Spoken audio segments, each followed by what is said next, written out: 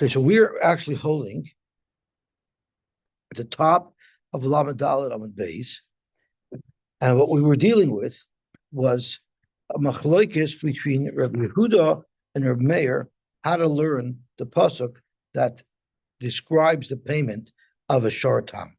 And the pasuk says, "V'chayigav shor ish es shoreyu v'meis u'machu es hashor achai v'chatu es kasper." Rabbi Meir stops there, and he says that's all that happens. You take the losses, of the nizik based on the snapshot in time as soon as the animal was killed, as soon as the nizik's animal was killed by the mazik's animal, and assuming that the nizik's animal is worth exactly the same amount as the mazik's animal, the nizik has a total loss with his animal. The mazik's animal is sold, you split the money.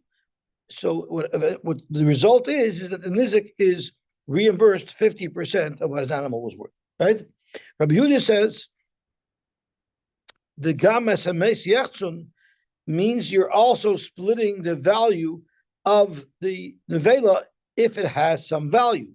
And therefore, Rabbi Yehuda is not going to say that you pay more or less than Chati Nezek. What he's saying is that this pasuk must be referring to a different case, and the case that Rabbi Yehuda tells us this pasuk is referring to is a case as follows: a shor shavim masayim shenogach l'shor shavim masayim. I'm sorry, that's not Rabbi Yehuda's case. Rabbi Yehuda's case is a shor shavim masayim that killed a shor shavim masayim, but instead of it being a complete write-off, there was still $50 of value left in the dead shor. So in that case, there was $150 of damage, of which 50% would be 75. So there, if you process it this way, which is you sell the live animal and sell the dead animal, and everyone splits it down the middle, there it'll end up that the nizik is going to get $75 of his $150 loss, and that's what the pasuk is talking about. So the Gemara wanted to know, okay, very cute. You darshan the pasuk speaking this way, and you darshan the pasuk speaking this way. But what is the nafkamina halacha between this sheet of Rabbi Meir and Rabbi Yehuda? So the Gemara says the difference. The Gemara suggests that it's pchas nevela, which means if the nevela drops in value after it's killed, the mazik is liable to pay half of that as well. So instead of taking a snapshot of the moment the nizik's animal got killed, and that's where you determine what the losses are, no, you wait. If the nizik's animal continues to deteriorate in value after it's killed, the mazik will have to pay half of that as well. So what's happening here is Rabbi Yehuda is being more machmer on the mazik than Rabbi Meir is. Rabbi Meir says your liability is limited to the losses determined in that snapshot of time at the time of death. The Rebbe says, no, you're going to have to pay for losses that are going to be piling up as well after the death. But based on that, and this is where we're holding, Abaye had a problem. Because it would be possible that tam is more chamer than mud. Why is that?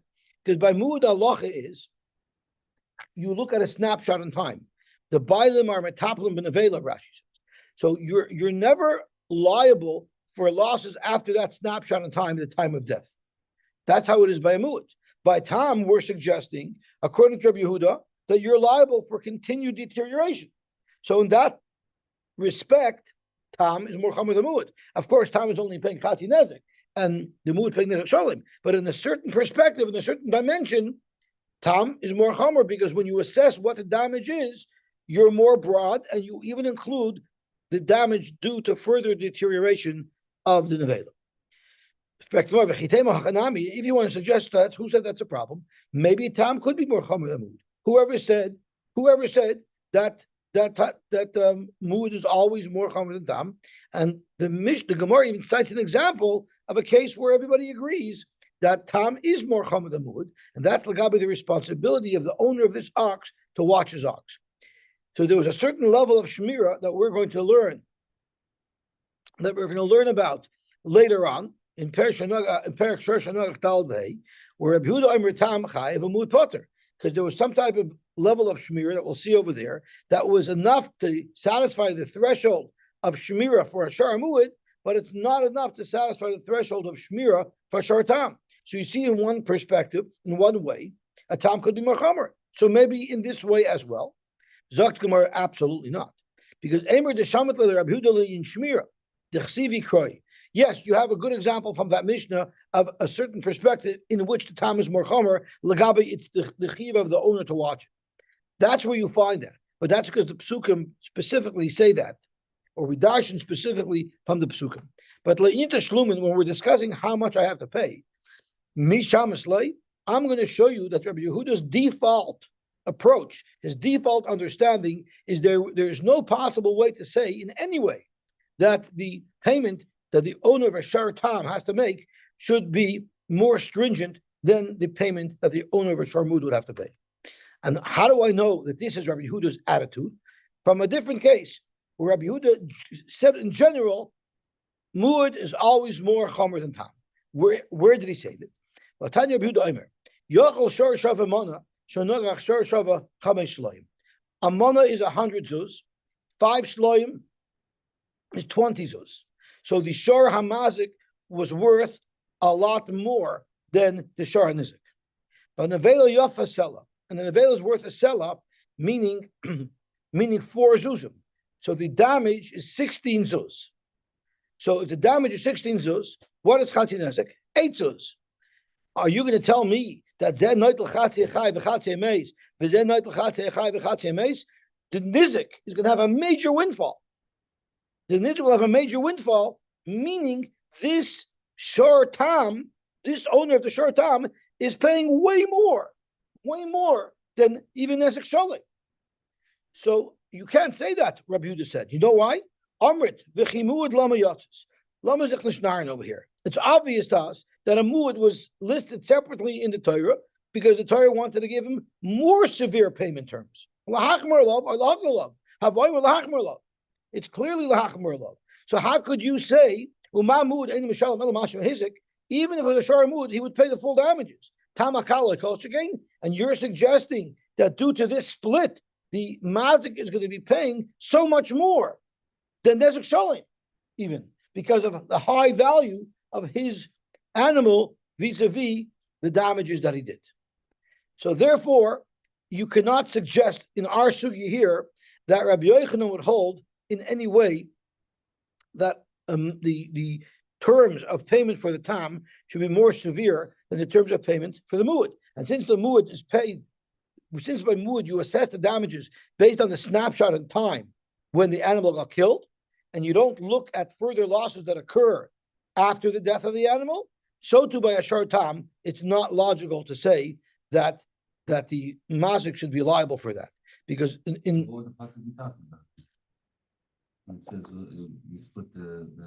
we had a case where both animals were worth the same amount, and the shor hanizik that got killed is now worth 50. So the losses were 150, and he ends up paying him 75. Right? That was the case we had. But we're still trying to find a case where there's that.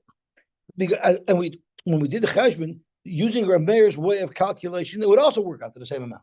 So we're trying to find one case where they'll actually disagree on psak halacha, where they're not just arguing about semantics, how to understand the puzzle. El Amar Rabbi Yochanan, we have to scratch that. If the nevela drops in value after the death, there's no way we could say that by a shor tam the mazik would be liable for that additional loss of value, and by a mud it wouldn't be necessary. That's impossible to say because of the overarching svar that Rabbi Yehuda expressed, that he'll never make payment terms more chomer for a shor hatam than it would be for a shor mud. El Amar Rabbi Yochanan, you know where there's a point of contention between Rabbi Yehuda and Rabbi Meir is shvach nevela ikiminai. What if the nevela goes up? So at a snapshot in time, when the animal got killed, the damage was assessed at, let's say the animal was worth 200, and now that the animal's dead, it's only worth 50, right? So the damage at that time of death was 150. But then what happened was maybe markets changed. Suddenly people, maybe the tractor came out, it got invented. So now dead meat is worth more than live meat. And the dead meat, instead of being worth 50, meaning there was a loss of 150, the dead meat went up, and the dead meat now is worth 100. So now the full loss is only 100. Right? Let's see that happen. According to Reb Meir, that's the nizik, meaning my damages is 150. That's what it was at the time of death. I did nizik nevela went up later. Good for him. I don't get part of that. I still have to pay 75 of chati nizik. I have a chelik of the nevela. What chelik do I have? That if the dead animal went from 50 to 100, so that reduces the amount of damages from 150 to 100. Now my chati nizik will be 50 instead of 75. Maybe that's what the Yochanan holds, that if the nevela goes up in value, the mazik benefits. So now tam is becoming less chomer because we're giving him a benefit. That fits into Rabbi Yehuda's theme that a tam is always less chomer than a mut. Now that we know that Rabbi Yehuda holds as a fact that shvach nevela goes to the mazik, therefore that prompted Rabbi Yehuda to have a different shaila. Rabbi Yehuda, hashid the amrit chos rachmana ilui the mazik, the shakal b'shvacha. Now that we've established that Rabbi Yehuda holds that the Torah is merciful with the mazik, and if after the death of the animal, the dead animal goes up in value, we'll credit that halfway towards the mazik. So maybe there's other things that we should do to help the mazik. So in the last case that we quoted from Rabbi Yehuda, we were hurting the mazik with that scheme. He was paying way more than Chatzi Nezek, even more than Nezek Sholeh. But now we have a different case. It's Shor Shav Chamish Shloim, Shanach Shor Shav Amana. It's exactly the opposite case that we had before. Here, the mazik's animal is worth so much less. That's a major menace. You have a mazik's animal that's worth only 5 shloim. Shanagach Shor Shav Amana. It's stoist and shor that was worth a lot of money. V'anavela Yofa Chamishim Zuz, which means that my animal that was worth 5 shloim cost 50 shloim, 50 zuz worth of damage, and Chatzi Nezek will be 25. So let's see how this would work out. Zen Neitel Chatzi Achai v'Chatzi Ameis. If the Mazik takes Chatzi Achai v'Chatzi Ameis, v'Zen Neitel Chatzi Achai v'Chatzi Ameis, and the Nizik takes Chatzi Achai v'Chatzi Ameis, now the Mazik actually made money on the deal because his animal was only worth 5 shloim. So he had to give up half of his live animal, 2.5 shloim. But he got half of the mace that was worth 100 shloim, 100 zuzim, and he got another 50 zuz. So the mazik actually, he could make a business out of it. If he could find animals that are more expensive than his animal to damage, he's making money every time he does damage. There, he said, and why would he have such a havamina? Because we've already established that if the value of the nevela goes up, we do credit that towards the mazik. So if you see that the mazik could benefit, maybe take it to an extreme and say in this case the mazik would actually make money on the deal. So for that, the Rebbe says no, that's going too far.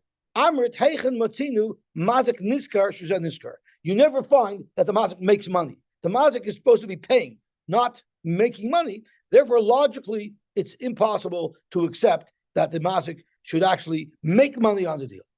That's one reason why Rabbi Yehuda nixes, because of simple logic.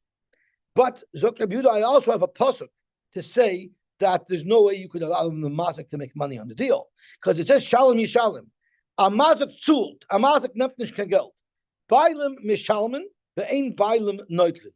The mazik is paying. The mazik is not benefiting here. So therefore, it's for sure not possible to suggest that in this weird arrangement, where the mazik's animal was worth so much less than the damages, where the mazik will actually gain on the deal. Why did Rabbi Yehuda have to bring a pasuk to back him up? His svar is very, very good. His svar is very good. It's not misdaber to say that the mazik makes money. You never find that a mazik makes money.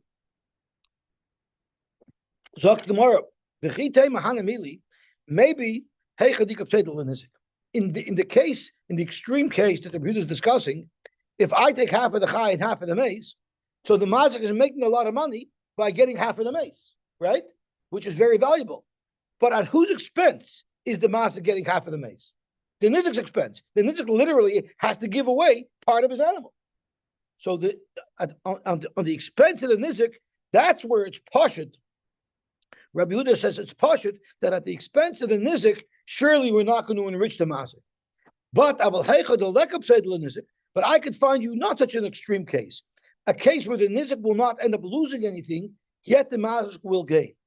Maybe in such a case, we would allow that to happen. Where is this creative case where the nizik would not lose, yet the mazik would gain? Zok Gemara could go in Shor Shav Chamish Shloim. You had a Shor Shav Chamish Shloim, Shenagach Shor Shav Chamish Shloim. So they're both of equal value. V'anevela Yafa Shloishim Zuz, and the nevela is worth 30 zuz. So 5 shloim is 20 zuz.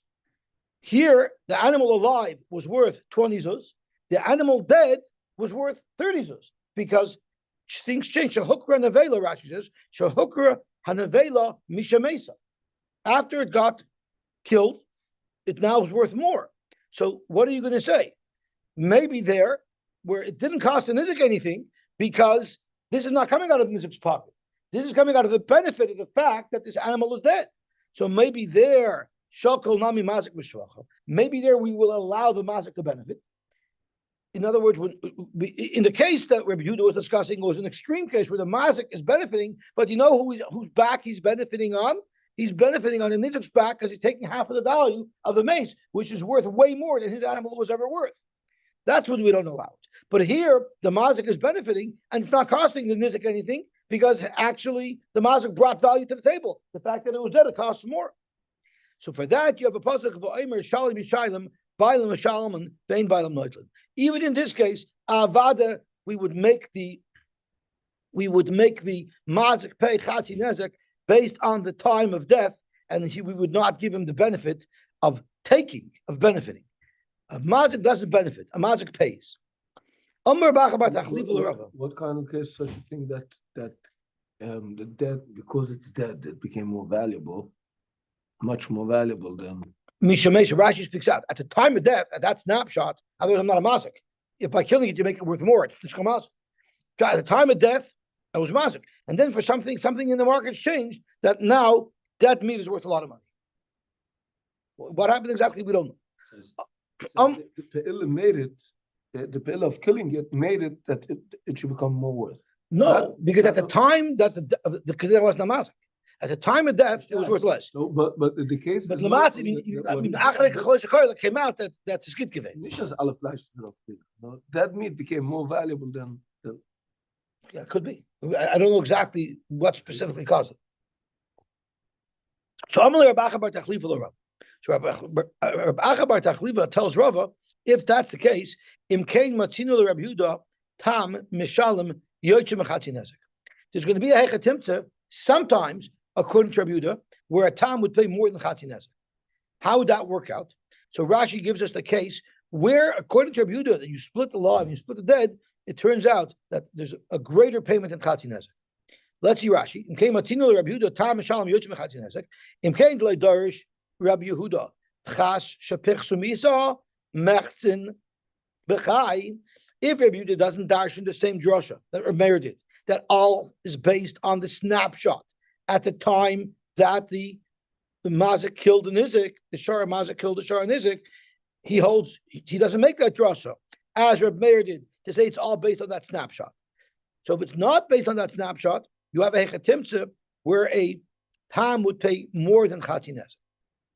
Where is that? Matzina with tam mishalim yoshim mechatzi nezek. V'hechidami shor shavanun, a shor that was worth $50, shenagach l'shor shav mem. It stoiced an animal that was worth $40. A nevela yafacha, a nevela is worth 20, which means there's a total damage of 20. Of a nezek chav, and therefore upal geniskasar. So technically, all the mazik would pay, according to Rabbi Meir, based on chatzi nezek, is $10. But because of Rabbi Yehuda's calculation, the mazik is going to end up paying more than $10. Why? Because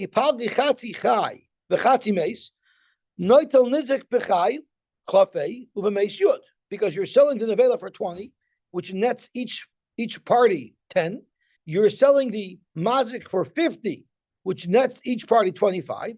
So total harei lamed hey. The mazik gets 35, and the nizik gets 35. So let's think about it. I would have had to pay chatzi nezek. I would have had to pay $10 because the damages was 20. I would have normally had to pay 10. Now I'm paying $15 because I'm paying because he's ending up with 35. So the nizik's only losing $5, which means instead of paying him $10 to cover half his losses, I'm actually paying $15. So nimtza mazik mishalem Yosy chatzi nezek. In this particular case, it would work out that the mazik, instead of paying $10 chatzi nezek, is paying $15, which is 3/4 of nezek. Talking about a specific case. Otherwise, it's not the case. But why?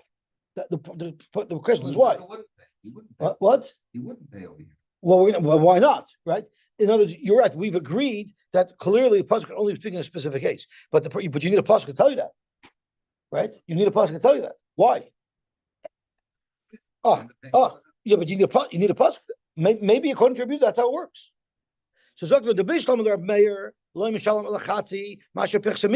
Reb Meir has a pasuk that's telling us only look at that snapshot in time to determine the damages. El Rabbi Yehuda nihinami teiched the mati chatzi achai yoshim nizik sholem nafgale hai de lo shakal nizik chatzi achai mikabel chayim mimuad kidikatani la'il. Yeah, we've established through logic that it doesn't make sense to use this funny arrangement in an extreme case where the mazik would have to pay more than Nezek Shalom. Because there's a rule, a tam could never pay more than the muad. So all Rabbi Yehuda had up until this point to limit the impact of his assessment of the pasuk was you can't take it so far that when the mazik would pay more than Nezek Shalom, based on his cheshbon, that he would have to pay that. Because you can't say that a tam should ever pay more than the muad. But in the case where they're a little closer together, but it's just more than chatzi nezek, if you always split the dead and split the life, so then here it's going to work out to more than chatzi nezek.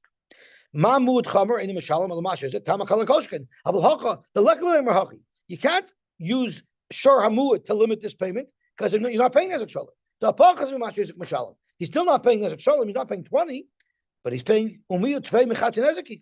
How does Rabbi Yehuda know? How does Rabbi Yehuda know based on his way to learn the pasuk that you wouldn't do it? But the Torah says you split them both. But you're right. The Torah is, and how could you say you pay more than chatzi nezek? But Torah amar machas asher achai v'chatzus kasboi. Zok Gemara, you're right. You're right. The Torah says it. Is the Rabbi Yehuda chash shapichsa misa mechtin v'chai. He agrees to Rabbi Meir's Russia. He agrees to Rabbi Meir's Russia. So he also agrees to Rabbi Meir's Russia that you make the assessment at the time of death. Minole, where does he know it from? Dr. Gemara, mi v'gam es hameis yachzon. All right. Now, how did the Meir darshan v'gam es hameis yachzon? Meaning, v'gam es hameis, the damage is done by the misa yachzon. He pays half of that. Right. That's what Meir darshan. He's going to make the same drasha. But Frank Gemara, how could he make the same drasha? He used this pasuk for Avkei Rabbi Yehuda. Lezen noit l'chatzi achai v'chatzi hameis. V'zen noit l'chatzi achai v'chatzi hameis. So you can't make two drashas out of one pasuk. So tomorrow you have two drashas here. Why the gam esames yachzun shema min atarti? So in fact, Rabbi Yehuda also makes that drasha that the maximum you pay is chatzi nezek. Therefore, even though he learns you split the chayin, you split the mace, but that's with a backstop. It's with a backstop up until chatzi nezek, but not more. So because of that, it limits it to a very unusual case. But otherwise, just if you dash in the pasuk that way, you would make it broad. So there had to be backstops put into place. Otherwise, Rabbi Yehuda would run wild. Okay, Gavalta. Now we have a very interesting mission. It only works to be mechayiv the mazik more, not the making game. That's correct. No. Forget it. It helps the mazik. He learns that if the nevela goes up, it reduces the scope of the damage. That's it. So basically, if it's a broad thing, it gets narrowed down and whittled down to one unique little case. That's right. Which is usually what happens when you learn Mishnayos, right? It starts broad, and the Gemara says, no, Hanamili, and it limits it. Okay. So there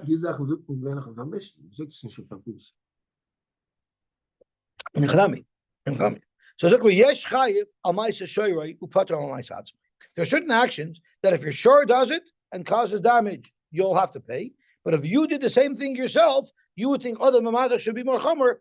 Adam Mamazik in this case would be potter. Or sometimes it's the opposite. Potter al Maisa Shoyroi, v'chayav al Maisa Atzma. Ketzad. Shoyroi Shabayish. You're sure that did damage and caused humility. Potter. There's no chiv to pay boishes for damage done by your shore. But for Hushabayis, if you do a damage and you embarrass somebody, chayiv about your chayiv for boishes. Yeah. Here, Shayroi Shasima es ein avdoi. Now the hipel shinoi potter. But Hushasima es ein avdoi hipel shinoi chayiv, meaning he has to let him go free. Shayroi shechaval ba'ovel v'imai chayiv. Sorry. He has to pay for the damage, no? It's also shalayim. Well, if it's the time he goes free, and if it's never he pays. Okay. Dr. Moore, doing the shot when the shot him, I know he doesn't because it's his own pocket. Okay. Who's he going to pay? Okay. Dr. Moore about Are the same. The cases where he's chayiv and in the shor's pocket, both of them. Which two cases are you referring to? Shor shabiyish. Right. Shor shasimas. Correct. If your shor damages your parents, you have to pay the damages. But for who's my potter? Why? Because he's chayv misa and just come lay b'drama. It's not really put. Well, that at the end of the day, you don't have to pay. Shor shehidik is a godish b'Shabbos chayiv because a shor is not mitzvah in chiyuvim of Shabbos. Who shehidik is a godish b'Shabbos potter? Why? Mipnei shu mischayiv v'nafshe. Tani at Rabbi Vo, Kamed Rabbi Yochanan, we're actually now going to learn Hilchah Shabbos. We're switching our mode into Hilchah Shabbos. Tani Rabbi Vo, Kamed Rabbi Yochanan. So even, it's very, very late, but we need to bring up one important question here. Is we know that there is a machloikes tanoim if havora the lav yotzes or havora le chalak yotzes. And what that means is none of the malachas of Shabbos are mentioned explicitly in the Torah. Right. We figure out from the malachas of Mishkan what the malachas are. There's only one malacha that's specifically mentioned in the Torah, and that is havar lo shivayu eish v'chol moshe v'seichem b'yom Shabbos. So the Tanoim argue, why did the Torah v'dafka tell you this halacha? So Rabbi Yosy holds it's lalav yotzes. It's to tell you that even though all of the other Isurim of Shabbos lead to a Chiv Misa, Havar is different, it's just a law. Sorry? Luchas of Shabbos. Yeah. Rav Meir holds Lechalek Yotzes to tell you that if you do multiple malachas, you get a separate oynish for each malacha. But the problem is, according to Rabbi Yosy, that Havar Lalav Yotzes, so there is no Chiv Misa for Havara. So there's no Chiv Misa for Havara, so our mission is not going according to Rabbi Yehuda. So why didn't our Gemara say, why didn't our Mishnah say, or our Gemara should have spoken out, that this Mishnah doesn't stem with Rabbi Yosy? Because if you hold the Havara Lav Yotzes, there's no common b'drabim.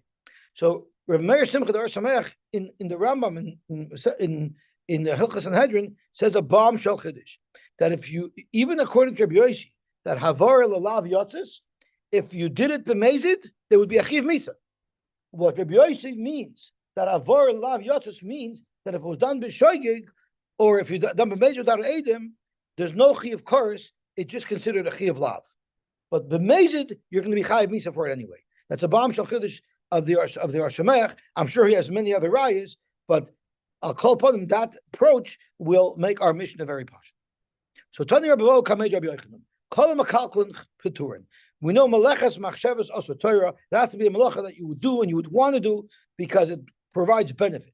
But if you do a melacha and the melacha is only doing damage, that's not melechas machshavas. That will be potter. There's two exceptions to that rule, Dr. Bavo. Chutz michayvel umavir. If you punch somebody in the face, even though that's damage, nevertheless you're chayiv, and we know it because the pasuk says, because the pasuk Rashi tells us, because the pasuk says in Shabbos, miditzach kol mishri mila. Since you have the Torah telling you mila would be aser, and the other chavala would be prohibited, and mila to chavala. Mishra mila that mila b'Shabbos is mitzvah. Right.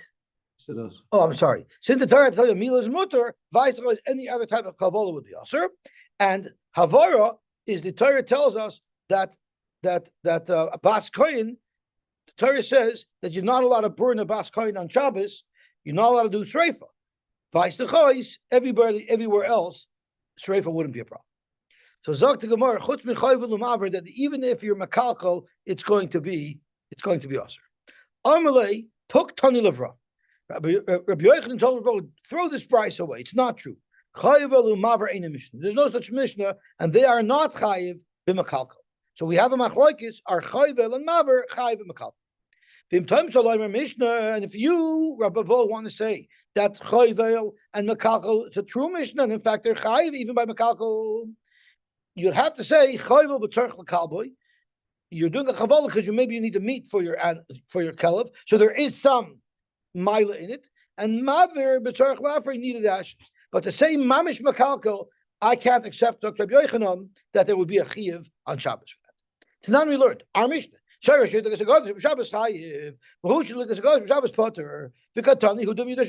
We're comparing an action that the shor did that would probably be parallel and similar to the action that he did. If a shor is lighting something on fire, the shor doesn't need fire for anything. A shor is not a bardas that it needs fire for anything. You have to say that he himself didn't need it either. So it's mekalkel. Yet the Mishnah says, potter, you're potter on the momentus. There is a chiv misa. So you have a raya that there's a chiv misa by mekalkel b'chabura. The Mishnah says. That's not the case. Shari dumi today.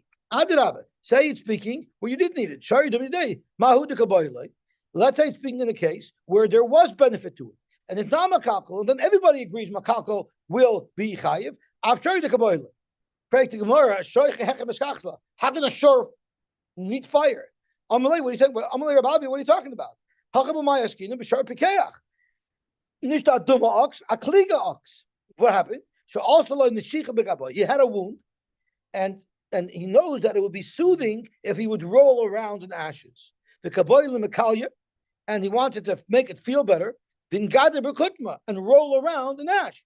So therefore, he started the fire so that there should be ash. It was a smart ox who knew that if he burned something, there'll be ash, and he'll lie on it. How do you know? How do you know that was the case? How does a smart ox? Because that's what happened. The labasa de kalya come into bekutma because we saw that's what happened. He lit the fire and then he rolled around in ash. So you see that this ox was kaboyle. Do you find such smart oxen? I mean, you're telling me a theoretical case, but is it possible such a thing? Check more in. The hutur to have a Rapapa. Rapapa had an ox. To have a kivin like chidche. He had a toothache. You know what he did? Ayla pascal in his eyes. He popped open the cork from the jug of wine of beer v'shashi shikhavitzi, and it drank. It soothed. Imagine the ox had a canker sore, and he snuck in. He took some vodka and he gargled with it. So you see, it's some even a shor has a certain level of intelligence. How could you say that it's speaking in such a case where the shor, and you're assuming that any case that the Mishnah compares his damage to the shor's damage, that there has to be a parallel case? I'm going to show you a case in the Mishnah where it's impossible to suggest that it should be a parallel case. We learned Shorei Shabayish Potter, Hu Shabayish Chay. Shorei Dumi today, Nischavin Labayish, Heichem Ishkachaslo. How could you have kavanah? How could a shor have kavanah to embarrass something? That's already too much. So you see, it's not parallel. Zaktamar, what are you talking about? In order to be chayiv for teshlumi boishes, you don't have to have kavanah to be mevayish. You just have to have kavanah to do that action. Because in nischaven lahazik, the Amar Mar nischaven lahazik, afal bishaloi nischaven lavayish. We learned that earlier. We learned that if you're mechaven lahazik, even if you're not mechaven to be mevayish somebody, you'll have to pay boishes. So that you can very much have by an animal. Anytime it's Karen, it's nischaven lahazik. Rav Amar, Rav says, no, let's go back. Let's say it's speaking that you don't need it. So if you don't need it, the Gemara's kasha is, if you didn't need it, then you would be potter from Misa, and therefore you should be chayiv on tashlumin. So the Mishnah is speaking about the general concept of shoygig. In the case of shoygig, there's no actual chiv Misa. Yet you still see that it's a common b'd rabbim day. The Tan of Chizkiah, it says makeh adam u'makeh behema. And we compare the two. Makeh behema, if you adam amazik damage someone's behema, you're chayiv no matter what. If you're on the upswing of the chaliyah, lepoitri mammon. He will always be chayv in every case. We'll never have a variation of a case where Adam and Mazik will be potter. So under the same circumstances, we'll say af maka Adam, who is potter in a case of a potential chiv misa, loisachalik boy ben shogig lemezid ben mischaben l'sheim mischaben ben der chiyuv der chaliyah. In all those cases, even though many of these cases there's no chiv misa, but since the general chiv for this action would bring misa, therefore they would still be kamal b'drabimnei. So the chiddush of Chizki is you don't only say kamal b'drabimnei where the actual thing that you're doing right now will give you a chiv misa. If it's a malacha that its category could give you a chiv misa, but even though in this case you're not getting because it's choygig or because of the maschavin, it's still enough to pat you for a moment. I don't know why the Torah made that a rule of kamal b'drabimnei. I guess that's how they learn it. I mean, kamal b'drabimnei is just cause. Makes sense. You can't be chayv two things. Whatever. I can hear it. You chayv the more mitzvah. I hear. But if you're not being chayv, but that's called chayv misa shoygig. Even if you're not actually chayv misa, you're doing a malach, a very chamura. That's enough to pati. Amar le rabban le rava. Mi matzis mukmus law b'shoygig. How could you say it's speaking by case of shoygig? The Mishnah says you're actually getting misa.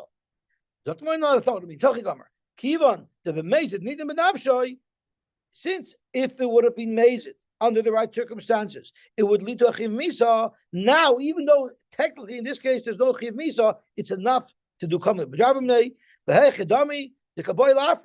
In what case would there be a chiv misa by havara? In a case where it was not lakalkel, but it was to improve things.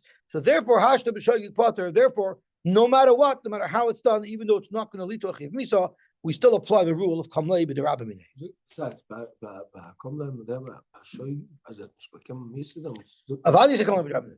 That's exactly what Chizki just told us.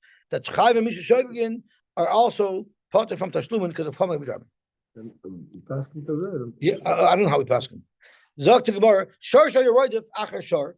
One shar is running after another shar. I see a cartoon here. One shar is running. You have road runner running after who's he running after? I forgot who he runs after. With the cat. Coyote runs after the roadrunner. So who's the Tweety Bird? That's a different one. That's Sylvester. Sylvester and Tweety Bird. Okay. Shar yeroidev achar shar. Sylvester. I thought put it that. Now I remember. Shar yeroidev achar shar achar v'huzak. And the shar that was running away, the pursuit shar, got injured. But we don't have clarity, doesn't have clarity how he got injured. Then Nizik's going to say that your animal stoys my animal and you must pay. The guy who owns the animal that was doing the pursuit, the predator, like my animal caused maybe a grama, but the wound on your animal came because he bumped into a wall. The Nizik is out of luck. He can't collect. What if it was two oxen running after one? And what happened is each one of the potential, we know for sure the animal was gored, but we don't know which of the two animals were the perpetrators. Each guy blamed it on the other guy. So the law is name Batur, and they're both Potter again because and there's two different Baladinim over here. But in name if both those animals that were pursuing my animal belong to the same person, then shneim chayavin, because then I could say mimanash. What if there was a big animal and a small animal running after me? It was a tam. A tam only pays migufay. So I wanted to be that the big animal did damage because then there's more migufay to collect from. And therefore there's definitely enough equity in that animal to pay my full chati nesek. And even the chati nesek is $1,000, my ox is only worth $200. That's all I'm giving you. Or echotam ve'echad muad, and then this is muad hizik. And I'm only paying you chati nezek, not nezek shalem. In either case, is amoiti mechaveri olavarayim. Hayam nizakin shnayim. What if there are two nizakin? Echad gadol echad katan. So there were two oxen that got damaged, a big ox and a little ox. V'mazikin shnayim, and there were two predator oxen. Echad gadol echad katan. The nizik will say, Gadol hizik is a gadol, the katan is a katan, and therefore each of your animals has enough equity to pay the full chatz nezek. But mazik amirleki, the katan is a gadol, and therefore I can't pay the full chatz nezek because it's limited to the value of my lesser expensive ox. The gadol, the big ox that has a lot of equity, ain't chanami. I'm only going to pay the chatz nezek because it damages smaller ox. The gadol is a katan. Or echatam vechad muad. And this is a muad hizik is a gadol, the tam is a katan. But mazik amirleki, the tam is a gadol, the muad is a katan. So the halach is in all these cases a mochi mechaber elvarai. Amar Abchi Barabba, Zoyse marriage. You know what you see from our Mishnah? One simple thing that our Mishnah disagrees with Sumchus. Cholukam olav al chaver val Sumchus. The chaver of Sumchus argued on him because Sumchus says a different psak halacha. You know what Sumchus would have passed in our Mishnah in every one of these cases? The Amar Mamon Hamutul b'Safik Chol. It would go 50-50. But our Mishnah says no. You rule with the plaintiff. Sorry, you rule with the defendant. Hamochi mechaver elvarai.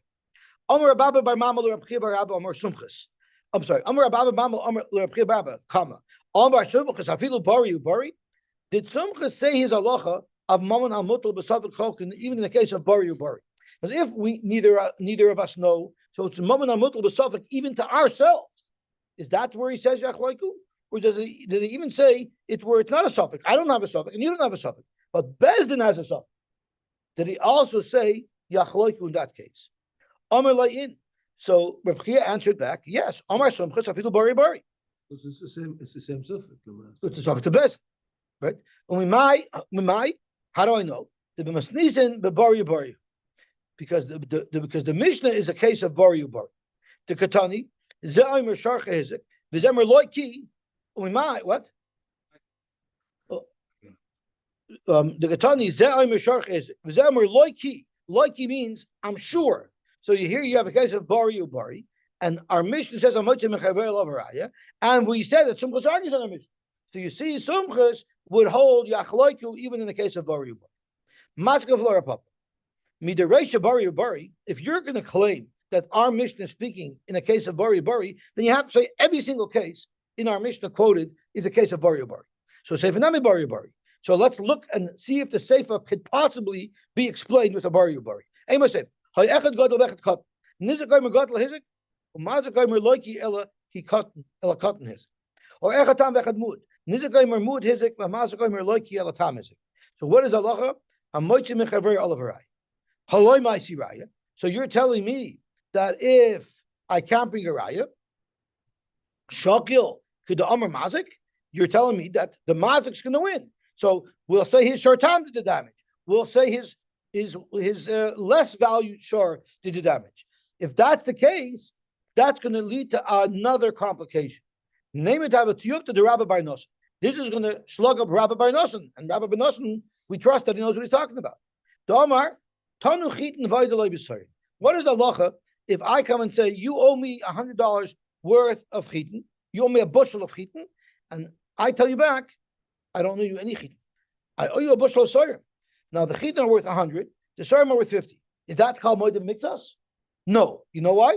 Because as far as the chitin, I'm koyver koil. I'm moeded soyim. You're moeded to me that I don't know you soyim. So then I go scot free. So let me have it too. The Rabbi Nosson Amar Tanu Chitin Void Lebisorin Potter. So in our case as well, I said it was my cotton the damage. You said no, it was your gadol. So Lagabi the gadol, I'm a koyver koil. Lagabi the cotton. You reminded to me that the cotton didn't stoice. So I realized you're partnering Granson. Why did he say that I pay from the cotton? I shouldn't pay at all. Because you are coming with a bari saying it wasn't the cotton, it was the gadol. So you're telling me I'm not taking payment from the cotton. Your cotton didn't do any damage to me. So if you hold like Rabbi Bar Nosson, and it's the case in our mission, the case of Bari Bari, it won't stem. It won't stem because you shouldn't have to pay anything. You shouldn't pay Kedar Mazik. You should pay nothing at all. Ella, you're forced to say that it was Bari Vishema. The Kamari Bari man. So who was the Bari and who was the Shema? The Ka'amar Shema man. And who's the one who said Shema between the Mazik here and the Nizik? He named it the Ka'amar Nizik Bari. If you tell me that the Nizik was 100% sure that your gadol stoiced my ox, the Ka'amar Mazik Shema, and the Mazik's not sure, maybe it was the cotton. Akati Lema Tabat Yufti the Rabbi Bar Nosson. This will not solve Rabbi Bar Nosson's problems because I'm still admitting that your cotton didn't damage my ox. So we're no further ahead. Ella must be, in order to solve Rabbi Bar Nosson, you have to become a Nizik Shema. If you bought the Nizik Shema, I'm saying, who said your small ox did it? Maybe your big ox did it. But I'm not telling you your small ox didn't do it, because I don't know. So therefore, it's not Tonu B'chit Moed Lebisari. Because I never said that your small ox didn't. I said, maybe your big ox did. So El Dekama Nizik Shema, become a Mazik Bari.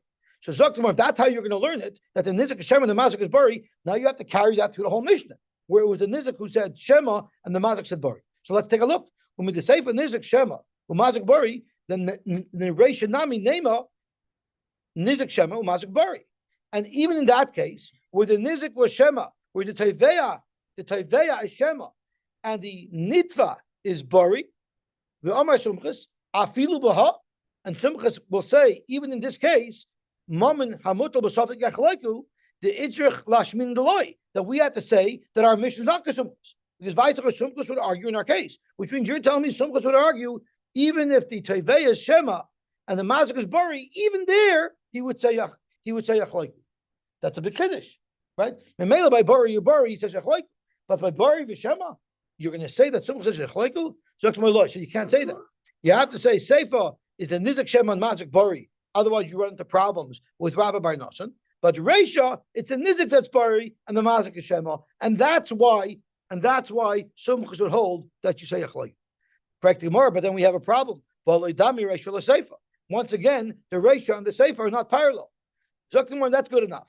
Amri Bari V'Shema Bari Chad Nosahi. That's good enough. We just have to change who's the Bari and who's the Shema, but at least the Mishnah is all speaking about a case of Bari V'Shema. But Bari Ubari, Shema Ubari, that's already two different classifications. Trey Milaninu. That we can't do.